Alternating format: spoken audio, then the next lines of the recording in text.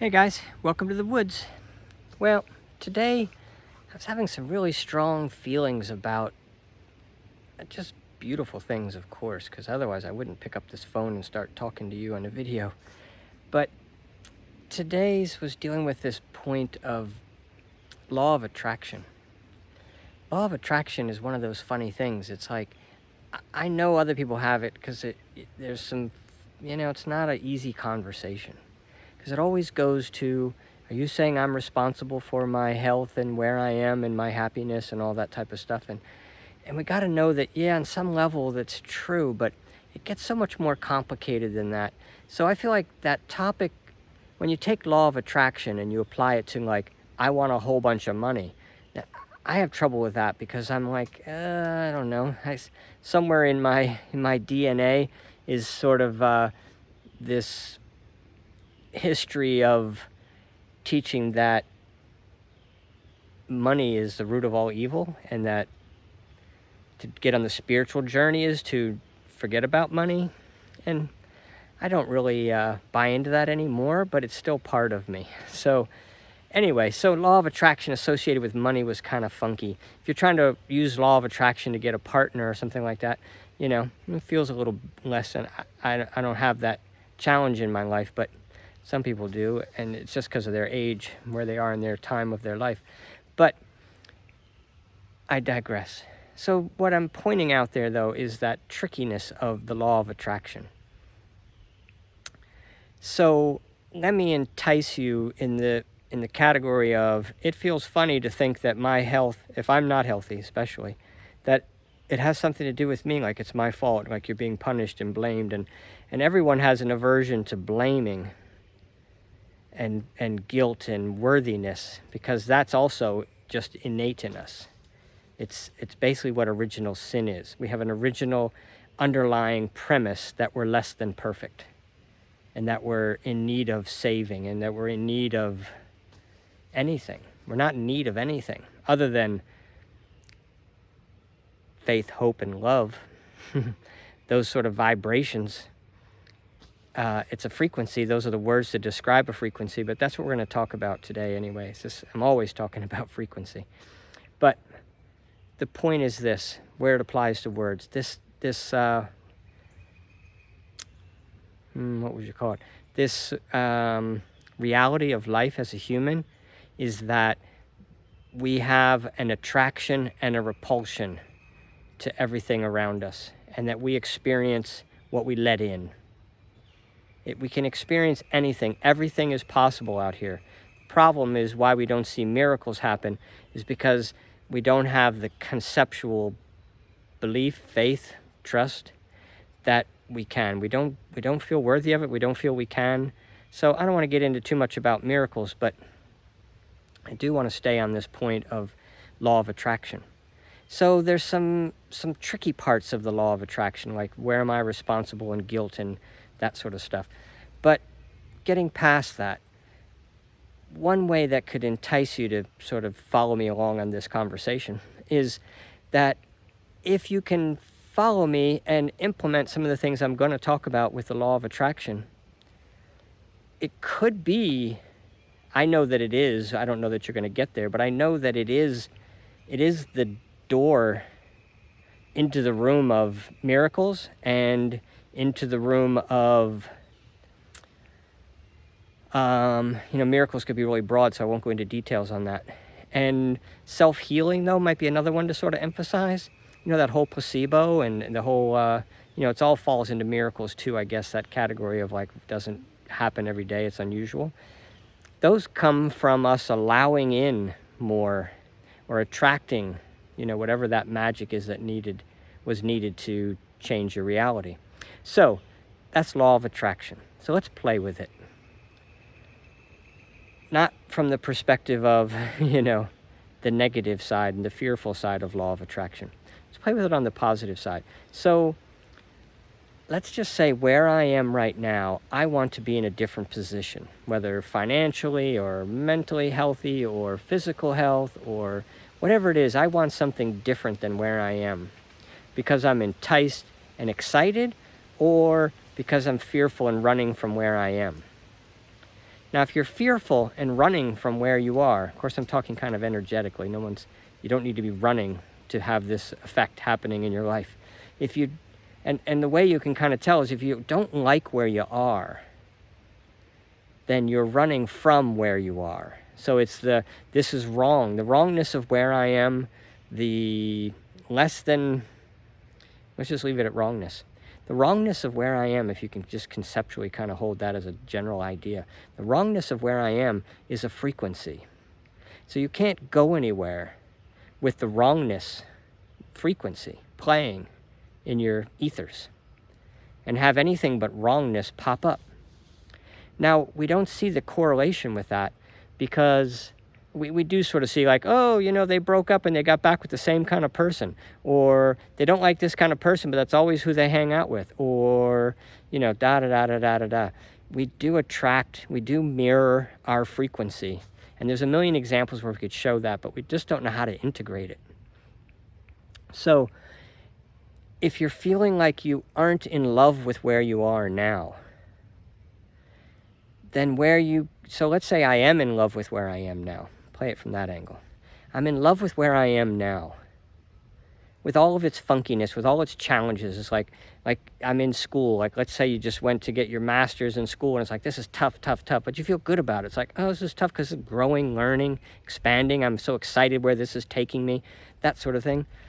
If you have that about your moment, it's like, well, I don't want to stay here where I am energetically. You could be a different job, or it could just be a mindset, whatever, or your sense of, your surroundings.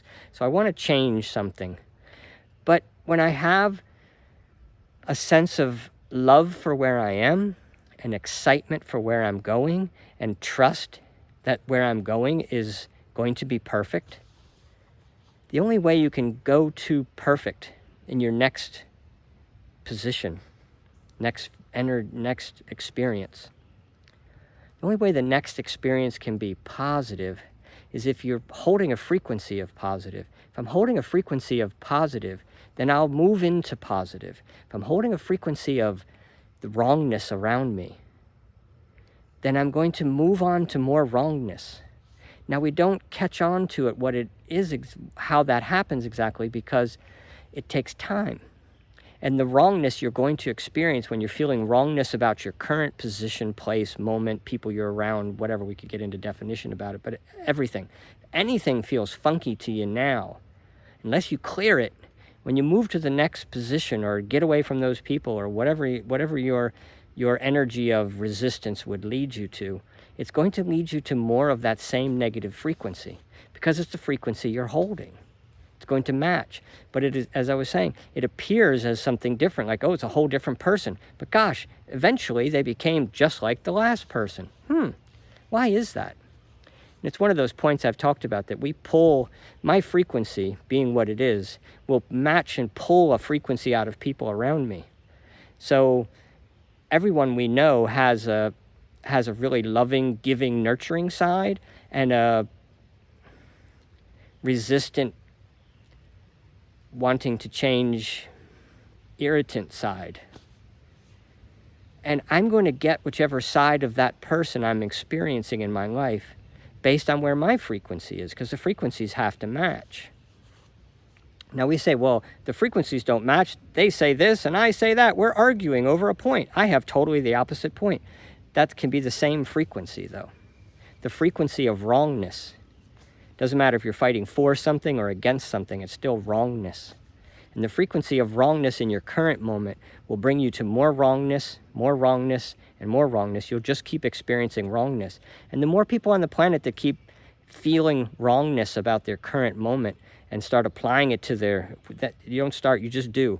Your current moment carries with you until you stop and say, I've got to love where I am now, love who's around me, and know that everything that's funky around you is just so that you can say, that's okay. This is okay. They're okay. Everything's okay. Till you own that everything's okay, you better not moving, because otherwise you just get in that habitual moving energetically. I'm talking about here. You don't need to, you can say, well, I never moved in my life. Talk about energetically to coming from work to home, you're going to see different people at home or whatever. When you get to home, your people in your home are going to resonate off of your frequency. So if you're a little stressed and funky, they're going to give you stressed and funky. And then you're like, damn, the world is stressed and funky. And then you'll be like, it's not my fault. These people are stressed and funky. It's like, no, you brought stressed and funky in the house. And they just mirror you. Now, it's a whole nother video about why you don't want to mirror other people. You want to take control of this. Maybe it's not a whole nother video. It's really this video. That's what we're really talking about. Law of attraction is all about loving where you are.